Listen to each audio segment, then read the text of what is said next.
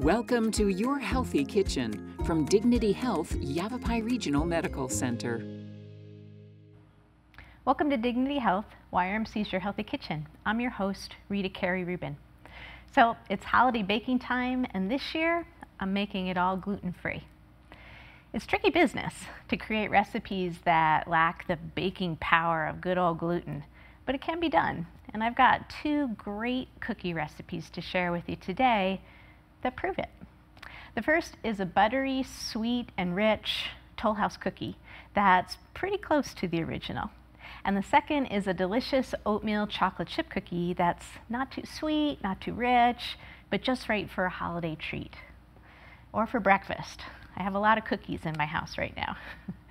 But first, let's talk about gluten and why it takes some engineering to create gluten-free baked goods with good, if not similar taste and texture to products made with wheat, which is the primary source of gluten in most baked goods. So there are two main proteins in wheat flour that provide texture, stretch, and strength to breads, cakes, and cookies. So first is gluten, and that provides elasticity and strength, and it's also the main protein that allows bread dough to bounce back after it's been stretched. The second protein is gliadin, and that helps dough to stretch and to rise and to keep its shape. So when you add water to wheat flour and then you work the wheat flour, these two proteins link up with each other and they form long chains called gluten. So no single gluten-free flour can behave like wheat flour. So you often see a combination of flours, starches, and binders in gluten-free recipes and products that together pull off similar results. So some of the things that you'll see, some of the gluten-free flours, starches, and binders that you'll often see in products and recipes include brown rice and white rice flour, garbanzo bean flour, sorghum, oats, quinoa, potato starch, tapioca starch, buckwheat, sometimes corn. And some common binders include xanthan and guar gum, psyllium husk, as well as eggs, egg whites, ground flax, and chia seeds. So I have some of those products over here. Basic, simple ingredients, all those gluten-free flours. And then you'll also see some gluten-free flour blends that are pre-made. So you don't have to necessarily make your own gluten-free flour blend. So one, I really like Bob's Red Mill products, and they have a variety of different gluten-free blends. This one happens to be based with garbanzo bean flour. There's also one that is called 1-to-1, and this one you can substitute directly for wheat in recipes. So it has all the different flours, but it also has a binder. It has xanthan gum in it. So this one you can just substitute directly.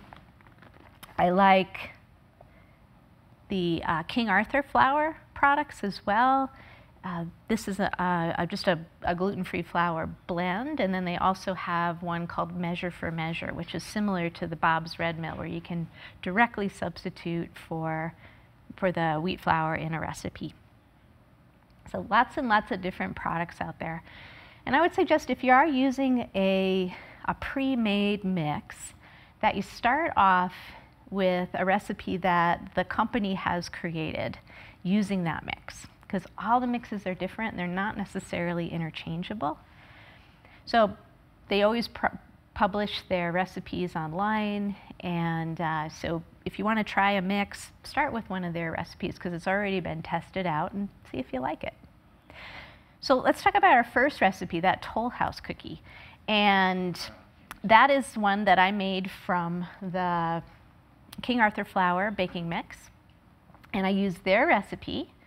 And it turns out really good. It's got the different flours, rice-based flours in here, and then you add a binder, xanthan gum, to the recipe. And I just made a minor adjustment to the recipe. I made several batches and just made a minor adjustment to the final recipe that I really like. Is all I did was add a little bit of non-fat milk powder to the recipe. Didn't change anything else.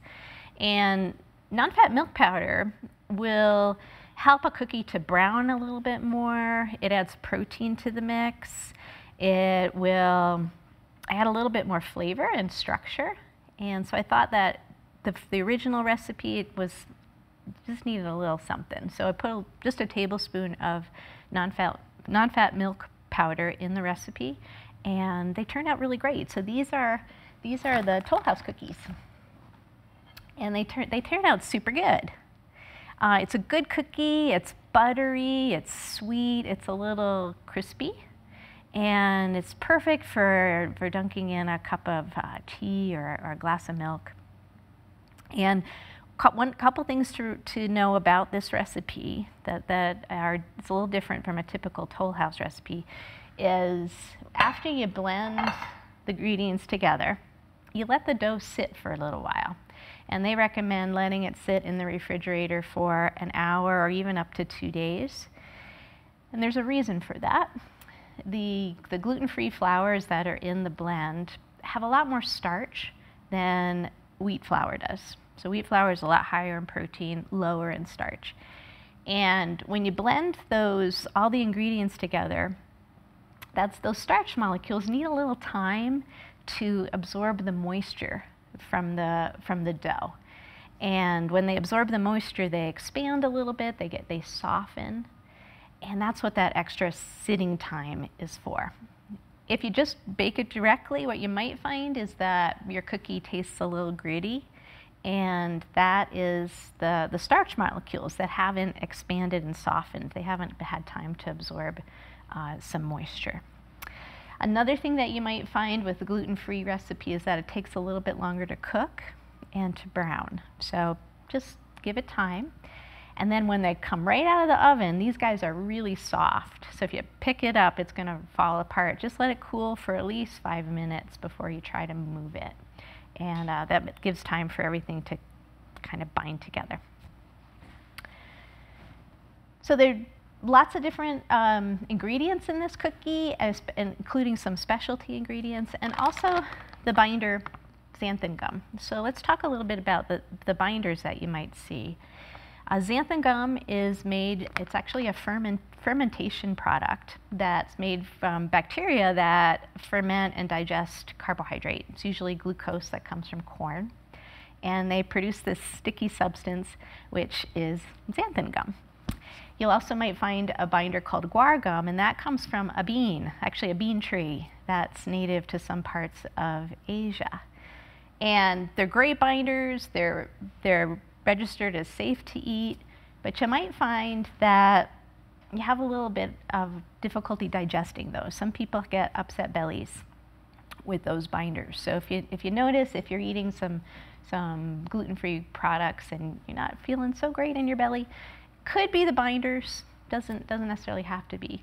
So my second recipe, what I really wanted to do is create a recipe that didn't have any binders in it, but was really based on whole foods, easy to find ingredients that you can just get in any grocery store. And that's what my second recipe is made out of. And this one is oatmeal chocolate chip recipe, and super simple to make. Just like a regular cookie recipe, you start with some butter, and it uses, just makes a little over a dozen cookies. So I've only got 2 tablespoons of butter in here and about a 1/4 cup of either brown sugar or coconut sugar. And I like the coconut sugar because it's not as sweet as brown sugar. It's got a little bit lower glycemic index, and it makes a cookie that's a little less sweet, and that's kind of my preference.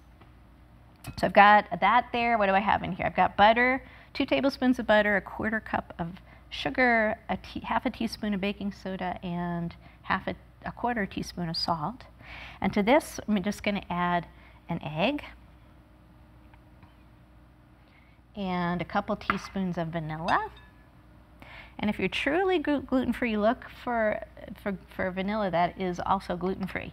So basically, pure vanilla extract is what you're looking for that doesn't have any artificial flavor, can sometimes contain gluten. So go for the pure form of your vanilla extract. So I'm just mixing the egg in, and then I'm going to add the dry ingredients. So I've got a 1.3 cups of, this is almond flour. It's blanched, extra fine. Yeah, there it is, super fine almond flour. I really like Bob's Red Mill. You can also use the natural almond flour that has more color. It has the husk of the almonds on it. Both work just fine. So either one works just great in this recipe. And I've got 2/3 cup of quick oats. If you have regular oats and you don't have quick oats, just throw those oats in a food processor and break them up a little bit. I've got a tablespoon of milk, non-fat milk powder. And I'm going to put in a nice pinch of cinnamon.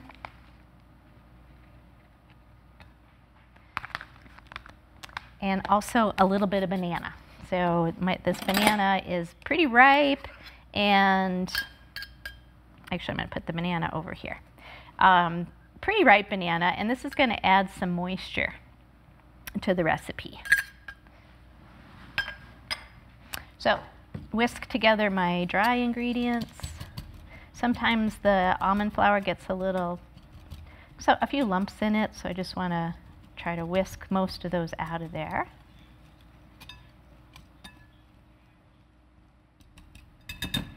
And then I'm just going to add it to my wet ingredients and give it all a stir. So really simple. So the dough, it will be a little sticky. You want to mix it really well. You want to mash that banana in there, make sure that's mixed in. And one thing about gluten-free recipes is you do not have to worry about overworking them because it doesn't have any gluten. And so you don't have to worry about making a tough product, or in this case a tough cookie, by really working the dough a lot because there's no gluten to be formed here. So you're not going to overdo things. And then just last step, I'll throw in about 1/2 cup of chocolate chips, more or less. Mix them in, and that's it. Super simple. So this cookie, unlike the Toll House cookie, is one that doesn't spread much in the oven. So when you put it on your baking sheet,